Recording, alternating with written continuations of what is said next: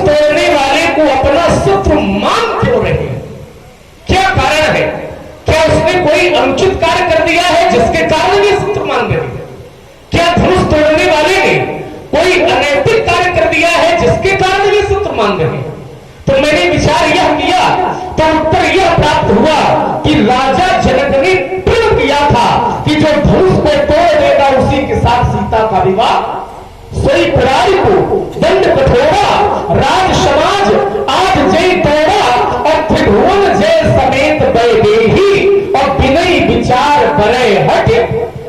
मन जो धनुष तोड़ देगा उसके साथ राजा जनक अपनी पुत्री सीता का विवाह कर देंगे। ये राजा जनक का प्रण था। और प्रण क्यों था इसकी जानकारी भी हमें मिथिला आने के बाद प्राप्त हुई।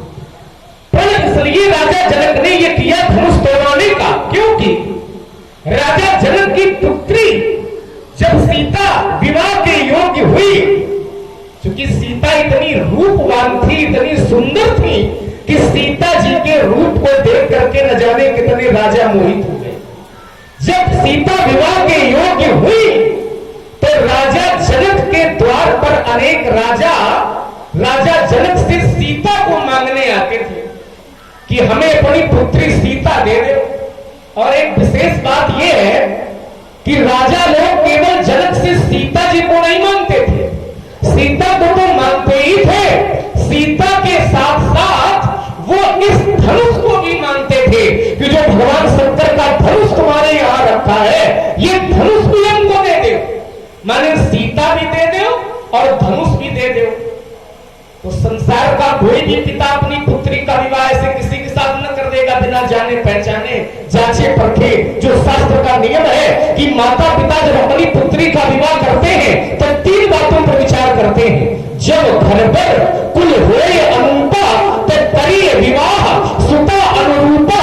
मैंने पुत्री का विवाह जब माता पिता करें तो 3 बातों पर विचार करें। जिस घर में पुत्री का विवाह किया जा रहा है वह घर कैसा है, पुत्री का विवाह जिस वर के साथ किया जा रहा है वह वर कैसा है, और पुत्री का विवाह जिस कुल में किया जा रहा है वो कुल कैसा है। यदि ये तीनों पुत्री के अनुकूल मिले तो पुत्री का विवाह करना चाहिए, और यदि तीनों अनुकूल नहीं है तो चाहे कन्या कुंवारी क्यों न बनी रहे, लेकिन विपरीत परिस्थिति पर माता पिता को विवाह नहीं करना चाहिए। ये संसार का नियम है। तो राजा जनक ने भी ये विचार किया कि हम इन राजाओं को अपनी पुत्री सीता कैसे दे दें।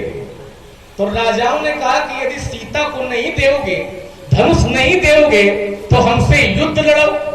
युद्ध लड़ने में युद्ध में हम सीता को जीत लेंगे और धनुष भी तुमसे ले लेंगे जब तुम पराजित हो जाओगे। तो राजा जनक ने युद्ध करना स्वीकार कर लिया कि मैं युद्ध कर लूंगा, लेकिन अपनी पुत्री सीता और धनुष देने वाला नहीं हूं। युद्ध हुआ, सुधन्वा नाम के राजा से युद्ध लड़ा गया और भगवान की कृपा से राजा जनक विजयी हो गए। अब विजयी हो गए, लेकिन राजा जनक ने ये विचार किया कि एक राजा को तो हमने मार दिया, लेकिन अब ये द्वार पर प्रतिदिन राजा खड़े हैं मांगने के लिए, तो कब हम राज्य संभालेंगे, कब हम पूजा भक्ति करेंगे, कब हम अपने कार्य देखेंगे और कब हम लड़ाई लड़ेंगे। रोज एक दरवाजे पर राजा खड़ा है। तो उन्होंने ये युक्ति निकाली, आराध्य का ध्यान किया, आराध्य की प्रेरणा हुई और ये युक्ति राजा जनक ने निकाली कि हमारी पुत्री भी साधारण नहीं है और ये धनुष भी साधारण नहीं है। तो राजा जनक ने ये भगवान की प्रेरणा से ये प्रण कर लिया कि जो धनुष तोड़ेगा उसी के साथ मैं अपनी पुत्री सीता का विवाह कर दूंगा, क्योंकि धनुष को तोड़ने की सामर्थ्य इन राजाओं में नहीं है।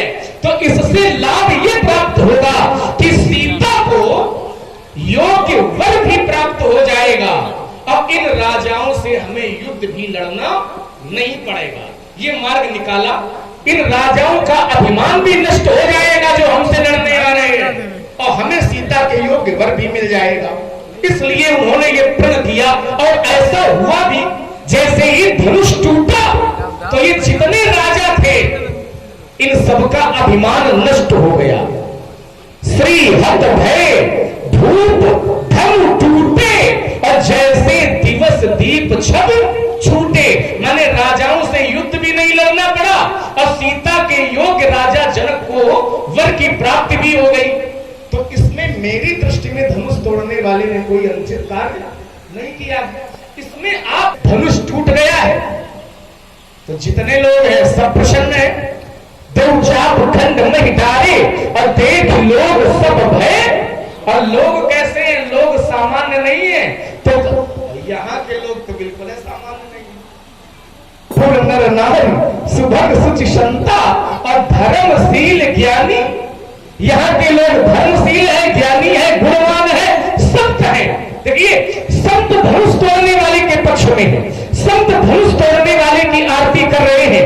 करई आरती पूर्ण नारी और देहि निछावर वित्त विषारी। कौन? संत। ध्यान देना जरा, संत धनुष तोड़ने वाले की आरती कर रहे हैं। संत धनुष तोड़ने वाले को महत्व दे रहे हैं। और भगवान संतों को महत्व देते हैं। भगवान कहते हैं मोते अधिक संत करी लेखा। भगवान संतों को महत्व देते हैं और संत धनुष तोड़ने वाले को महत्व दे रहे हैं। कहने का तात्पर्य ये कि जब संत उसके समर्थन में है, संत उसकी आरती कर रहे हैं, संत उसे अच्छा मान रहे हैं, तो परशुराम जी शत्रु क्यों मान रहे हैं? धनुष टूट गया है, महाराज सब प्रसन्न है। और जब सब प्रसन्न है तो आपको प्रसन्न हो जाओ, ये काहे मारकाट की बातें कर रहे हैं? धनुष टूटने पर ही इतना क्रोध है। आज तो एक ही धनुष टूटा है। मैंने अपने बचपन में न जाने कितनी धनुइयां तोड़ दी, तब आपने कभी ऐसा क्रोध नहीं किया जैसा क्रोध आज कर रहे हैं। तो क्या इस धनुष से आपको ममता है? दो धनुही तोड़ी लड़काई लेकिन कबू न अशरीश की गोसाई। तो क्या इस धनुष से आपको ममता है? और यदि ममता है तो ममता का कारण क्या है? यही धनुष पर ममता की हेतु, इस धनुष पर आपकी ममता का हेतु क्या है वह मैं जानना चाहता हूं। एक तपस्वी की तपश्चर्या में तड़ाक सा तमाचा जलने वाली अयोध्या के दुस्साहसी छोटे कुमार, तुमने अपने दुस्साहस की परिकल्पना भी नहीं की होगी कि तेरे दुस्साहस का परिणाम कितना दुष्प्रभावी और दुष्भयंकर होगा। आइए जरा, सभा का स्वरूप बहुत अच्छा लगा है और अच्छी बात यह है कि सबने लक्ष्मण की बात को बड़े ध्यान से सुना और मैंने भी लक्ष्मण की बात बड़े ध्यान से सुनी। तो लक्ष्मण ने बात कही कि पंडित जी जब हम यहां आए तो हमें पता चला कि ये घटना थी। वो सीता का रूप बहुत अच्छा था, इसलिए रोज राजा मांगने आते थे। चलो यहां से थोड़ा सा शब्दों की मीमांसा हो जाए, विचार विनिमय हो जाए, क्योंकि अगर हर विचार विनिमय से निकल आवे तो ज्यादा अच्छा है। मैं विचार यह करने लगा कि चलो सीता का रूप तो सुंदर था, लोग रूप पर आसक्त होकर राजा हाथ मांगते थे, लेकिन धनुष में क्या ऐसा था जो राजा मांगने के लिए आते? एक बिंदु बना, धनुष में ऐसी कौन सी विशेषता थी जिससे राजाओं का स्वार्थ था? क्योंकि सीता को मांगने पर राजाओं के हृदय में सीता के रूप का स्वार्थ था। चलो अगर तुम्हारी बात मान ले कि घटना ऐसी है तो सीता के रूप में का स्वार्थ था, लेकिन ये धनुष जो केवल भगवान शंकर ही चला सकते हैं, संसार के राजाओं का इस पर कौन सा स्वार्थ? इसको क्यों मांग रहे? पहली बात। अच्छा, दूसरी बात, हमको बड़ा राजकुमार की बात सुनकर के मैंने हृदय पर आत्मचिंतन किया कि जो बात लक्ष्मण हमें बता रहा है, तो क्या अगर ये ऐसी ही कोई बात थी तो क्या जनक को नहीं बताना चाहिए? जबकि हमने जनक से पूछा और जनक ऐसी बात बता देता तो ये विवाद आगे न बढ़ता, लेकिन जनक मौन हो गया। और किसी प्रश्न के उत्तर के प्रत्युत्तर में कोई मौन हो जाए तो फिर निश्चित रूप से अपराध बोध करा देता। तो हमने भी सोचा कि तोड़ने वाला गड़बड़ होगा। तेरा भैया बोल उठा, हुई है केवलदास, हुई है केवलदास। तो हमने भी कह दिया साहब बाबू समदास का तो काम नहीं है, क्योंकि दास और सेवक का धर्म है सिर भर जाओ उचित समोरा और सबते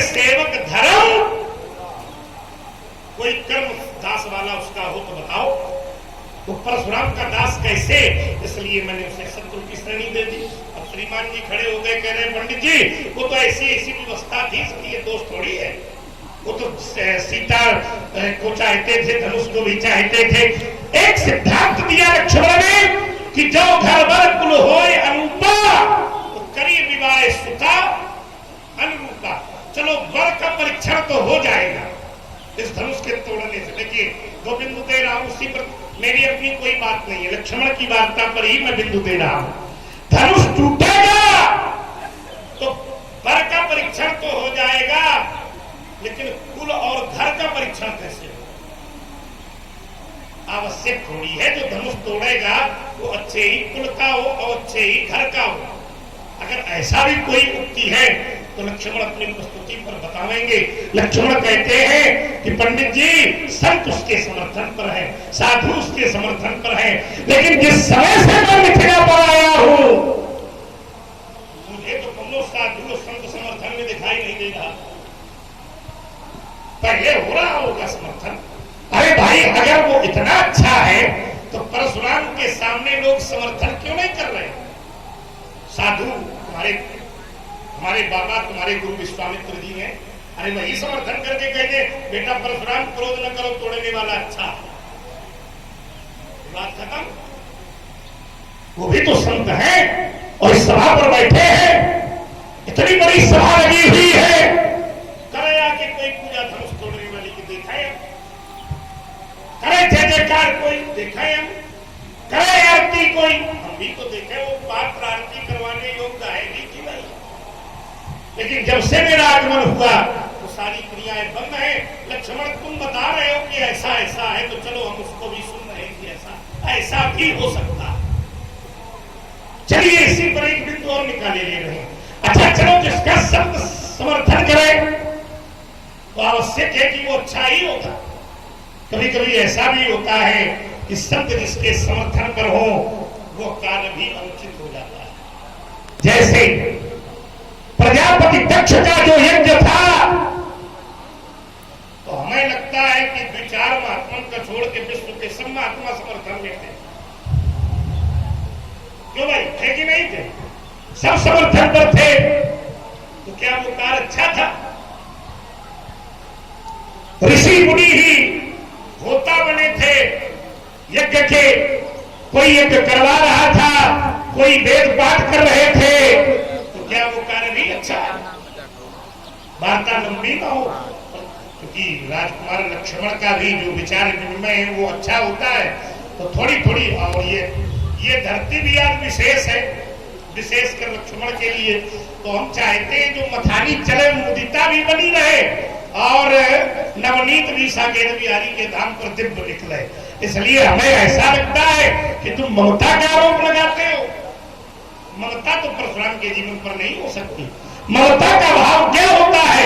तो बोले ममता, जहां ऐसी आसक्ति हो कि यह मेरा है, वहां ममता होती है।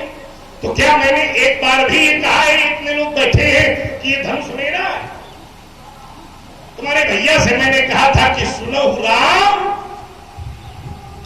यही शिव धनु तोड़ा, और साहस तो ये धनुष शंकर जी का है। और भगवान से जुड़े हुए लगाव को वासना की दृष्टि से ममता शब्द पर मत बांधो, इसे उपासनात्मक दृष्टि का दर्शन कराओ। ममता नहीं हो सकता। यहाँ श्रद्धा भक्ति का उच्चारण करो। अब हमें लगता है कि बोलत तो ही ना संभाल है, राजा के छोकरे संभाल कर नहीं बोलता है। कहा तेरी छोटी छोटी धनुइया और कहा भोलेनाथ का विशाल आयु। धनु ही शंत पुराण धनु विदित सकल संसार। शरीर आपको उत्तर आया। आपने कहा कि लक्ष्मण तुम संभाल करके नहीं बोल रहे हो, चूंकि काल बस न तो बाल काल बस। देखिए महाराज, काल हमारा बाल बांका नहीं कर सकता है। क्यों? अकाल वो मरे जो काम करे चांडाल का, और काल उसका क्या करे जो भक्त हो भगवान का। तो जहां भगवान की कृपा है, अरे महाकाल भी कह दे तो कोई बुराई थोड़ी है, महाकाल भी तो भगवान है। तो जो भगवान का भक्त है, जहां भगवान की कृपा है, वहां काल बाल बांका नहीं कर सकता। और रही बात लक्ष्मण की, तो लक्ष्मण का बाल बांका तो बिल्कुल नहीं कर सकता। क्यों? शास्त्र कहता है कौशलेश सुत लक्ष्मण रामा अकालौ जीत सके संग्रामा। तो काल हमारा बाल बांका नहीं कर सकता है, एक बात। दूसरी बात, आपने कहा कि लक्ष्मण ममता हमें धनुष से नहीं है, क्योंकि मैं मेरा ये ममता का केंद्र होता है, और मैंने एक बार भी नहीं कहा कि धनुष मेरा है। देखिए, धनुष मेरा नहीं है, आपने भले ही न खाओ, लेकिन आप ये नहीं कह सकते कि हमें धनुष से ममता नहीं है। और मैं बता रहा हूं कि आपको धनुष से ममता है। क्यों? यदि हृदय में ममता धनुष के प्रति न होती तो फिर ये न कहा जाता कि सुनो राम जय सिर धन तोड़ा और सहस बाहु संसोर मोरा। मोरा माने मेरा। शंकर जी का उसने धनुष तोड़ा है, ध्यान देना जरा, धनुष शंकर जी का तोड़ा है, अशत्रु परशुराम जी मान रहे हैं। इसका अर्थ है कहीं न कहीं कोई रहस्य है। रहस्य यह है कि परशुराम जी को धनुष से ममता है, और ममता इसलिए है क्योंकि सिद्धांत कहता है कि जहिते कछ निज स्वार्थ होई और कापर ममता कर सब। जिससे अपना स्वार्थ जुड़ा होता है, उस स्वार्थ जुड़े होने पर व्यक्ति को उससे ममता होती है। और इनका स्वार्थ क्या जुड़ा है ये मैं बता देता हूं। लोग सोच सकते हैं कि धनुष से क्या स्वार्थ हो सकता है, ये भी सोच सकते हैं। धनुष से परशुराम जी का स्वार्थ है। स्वार्थ क्या है? स्वार्थ यह है कि भगवान शंकर ने परशुराम जी को इसी धनुष से धनुर्विद्या का अध्ययन कराया था। क्योंकि ये भगवान शंकर के शिष्य हैं, और भगवान शंकर ने इसी धनुष के माध्यम से जो टूट गया है, इसी धनुष के माध्यम से परशुराम जी को धनुर्विद्या का अध्ययन कराया था। प्रमाण मैं दिए देता हूं। यदा धीता धनुर्विद्या मत्वा परशुधारिणा तदा तस्मै मया दत्तम और धनुषो त्रिपुरदाहकम। जिस धनुष से भगवान शंकर ने त्रिपुरासुर का अंत किया था, उसी धनुष के माध्यम से शंकर जी ने परशुराम जी को धनुर्विद्या का अध्ययन, माने यदि धनुर्विद्या इन्हें न मिली होती तो परशुराम जी इस धनुष तोड़ने वाले का विरोध, धनुष तोड़ने की, धनुष चलाने की इन्हें विद्या मिली है, और जिससे हमें विद्या मिले वहां स्वार्थ होता है, और जहां स्वार्थ है वहां ममता है। ये दूसरी बात का उत्तर। तीसरी बात, आपने कहा कि लक्ष्मण हम ये जानना चाहते हैं कि सीता के रूप पर तो मोहित हो गए राजा, लेकिन ये धनुष क्यों मांगते थे? बढ़िया चिंतन है आपका जो है। धनुष इसलिए मांगते थे राजा लोग क्योंकि ये धनुष साधारण नहीं है। ये धनुष कैसा है? तो कहा इमे द्वै धनुषी श्रेष्ठे दिव्ये, इमे द्वै धनुषी श्रेष्ठे दिव्य लोका विपूजिते। ये धनुष दिव्य धनुष था, साधारण नहीं, दिव्य धनुष था। और इस दिव्य धनुष की विशेषता यह थी कि ये जिस राजा के यहां रहेगा, या ये जहां रहेगा, उसे कोई संसार में पराजित करने वाला नहीं हो सकता। ये इस दिव्य धनुष की विशेषता थी। इसी कारण से, ध्यान देना जरा, इसी कारण से राजा जनक के पूर्वज इसकी पूजा भी करते थे। क्यों? कि इस धनुष के कारण जब तक ये धनुष मेरे यहां रहेगा, तब तक मेरे राज्य का कोई बाल बांका करने वाला। अब प्रमाण मैं दिए देता हूं। इदम धनुर्वरम दिव्यम, इदम धनुर्वरम दिव्यम, ये दिव्य है। इदम धनुर्वरम दिव्यम स्पृशामि पारिणाम, या दूसरे शब्दों में ले लो, ये जो धनुष था, इदम धनुर्वरम पूजितम सर्वराज भी। सभी राजा जनक के पूर्वज इस धनुष की पूजा इसीलिए करते थे क्योंकि इस धनुष की विशेषता थी कि जिस राज्य में ये रहेगा, उस राज्य का कोई बाल बांका। तो राजा लोग मांगते थे कि कौन सा राजा नहीं चाहेगा कि हमारे घर में आ जाए तो हमेशा सुरक्षित बने रहे। इसलिए राजा लोग मांग करते थे कि पुत्री भी दे दो और धनुष भी दे दो, लेकिन राजा जनक धनुष दे नहीं सकते क्योंकि भगवान शंकर ने दिया, भगवान शंकर के द्वारा प्राप्त है, तो राजा जनक ने धनुष भी नहीं दिया। ये दूसरी बात का उत्तर। तीसरा भी प्रश्न आपने हमसे किया था, प्रश्न आज बहुत याद की और प्रश्न इन्होंने कहा कि लक्ष्मण वर चुनाव हो जाएगा, रूप देख लिया जाएगा, लेकिन कुल और घर कैसे देखा जाएगा धनुष टूटने से। देखिए मेरा थोड़ा अंतर है। मैंने जो नियम बताया था, मैंने नियम में ये कहा था कि संसार के माता पिता अपनी पुत्री का जब विवाह करते हैं तो उन 3 बातों पर विचार करते हैं कि घर कैसा है, वर कैसा है और कुल कैसा है। ये नियम किसके लिए? ये नियम संसार के लिए। संसार की जो सामान्य पुत्रियां हैं, उन सामान्य पुत्रियों के लिए ये नियम है कि उनका विवाह इस माध्यम से किया जाए। लेकिन सीता सामान्य कन्या नहीं है, इसलिए संसार की पुत्रियों का नियम, सामान्य पुत्रियों का नियम सीता पर लगने वाला नहीं है। क्योंकि सीता भूमिजा है, सीता अयनजा है, सीता का जन्म भूमि से है, सीता दिव्य है, श्रेष्ठ है। तो सीता के लिए वर की खोज भी किसी दिव्य मार्ग से ही की जाएगी। इसलिए राजा जनक ने धनुष तोड़वाने का प्रण किया। ये दूसरी बात। तीसरी बात भी आपने एक और रखी थी, मैं रुक रहा हूं, ज्यादा नहीं बोलूंगा, क्योंकि आपने कहा था संत की लक्ष्मण तुम बात कर रहे हो, संत ये समर्थन में है। कभी कभी ऐसा होता है कि संत होते हैं लेकिन फिर भी काम बुरा होता है। देखिए जब कभी कभी शब्द लग जाता है, हिंदी के सुधी श्रोता बैठे हैं, जब शब्द कभी कभी लग जाता है तो कभी कभी प्राय नहीं होता, कभी कभी अपवाद होता है, सिद्धांत सिद्धांत होता है, नियम नियम होता है, और कभी कभी अपवाद होता है। तो कभी कभी अपवाद पर तर्क नहीं करना चाहिए। कभी कभी हो सकता है, लेकिन प्राय क्या होता है? प्राय यह होता है कि संत यदि किसी का समर्थन करते हैं तो संत सदैव अच्छे व्यक्ति का ही समर्थन करते हैं। अब वो संत आपके सामने क्यों नहीं बोल रहे हैं?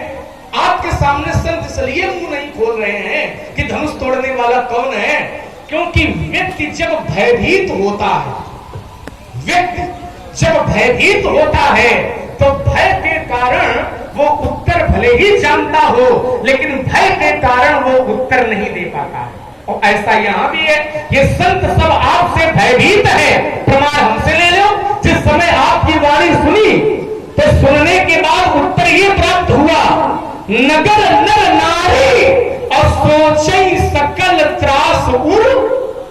त्रास माने भय, वो भयभीत हैं, और जब भयभीत होते हैं तो चाहे उत्तर क्यों ना आता हो, लेकिन भय के कारण व्यक्ति उत्तर। और एक प्रमाण ले लो, साकेत बिहारी के चरणों में समर्पित है हमारा प्रमाण, उसके बाद मैं रुक रहा हूं। क्या प्रमाण है? जिस समय रावण से ये पृथ्वी भयभीत हो गई, रावण का अत्याचार जब पृथ्वी ने देखा तो रावण से जब भयभीत थी तो वो किसी से कुछ कह नहीं सकी। और प्रमाण भी है, जिस समय उसने देखा कि सकल धर्म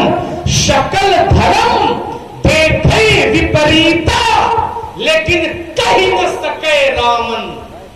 रावण के भय के कारण वो कुछ कह नहीं पा रही है। ठीक वैसे ही ये संत आपसे भयभीत हैं और भय के कारण ये आपके सामने मुख खोल नहीं पा रहे। मैं अपनी बात रोकता हूं। लीजिए, निश्चित रूप से दोनों ही कलाकार लक्ष्मण ने तर्क बनाया कि देखो रावण के क्रोध से धरती भयभीत है, कुछ कह नहीं पा रही है, भयभीत है, कुछ कह नहीं पा रही है। बेटा लक्ष्मण, तो क्या धरती ने कुछ कहा भी नहीं? कहा, अरे बेस बदल कर गई सबके साथ और प्रार्थना करने लगी कि उद्धार करो। तो किसी ने कहा कि जिनकर तय दासी सो, तुम कहते हो कि नहीं कहती है, और हमने प्रमाण दिया कि ये धरती कहती है, विनय करती है कि हमारा उद्धार करो। तुमने कहा कि धरती कह नहीं पा रही एक स्थल पर, तो हमने कहा उसी के अत्याचार से गोरूप पर धरती सुरमुनि गंधर्वा मिलके सर्वा गई विरंच के। फिर ये कहां से आ गया? अब तर्क जहां बना तो उत्तर ये आया कि अब परशुराम का क्रोध और रावण का क्रोध एक ही है। जैसे एक स्थल और बेटा शास्त्र वेद तुम्हें दिखा रहे हैं, जिस समय भगवान नरसिंह का प्राकट्य हुआ, सहज रूपा वैसा अवतार दो ही हुए, एक नरसिंह का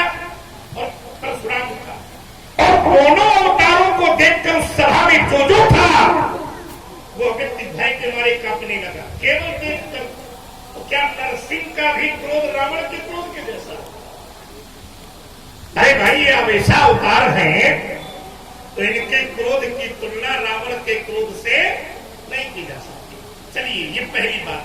दूसरी बात, तुमने कहा वो कभी कभी जब शब्द लग जाता है तो फिर वो नियम नहीं होता, वो अपवाद होता है। ईमानदारी से बताना, साकेत बिहारी धाम पर बैठा एक व्यक्ति, क्या बेटी का विवाह हमेशा धनुष तोड़ करके ही होता है? क्यों नहीं? क्या बिटिया का विवाह हमेशा ये नियम है कि धनुष तोड़कर हो? ये भी अपवाद है, इसलिए नियम कभी कभी वाला ही लगेगा, हमेशा वाला नहीं। इसलिए भी हमने कह दिया कि कभी कभी विचार करना। या अगर हाँ बेटी के विवाह है, कई प्रकार के हैं, उन नियमों से अगर विवाह होता तो यहाँ नियम होता।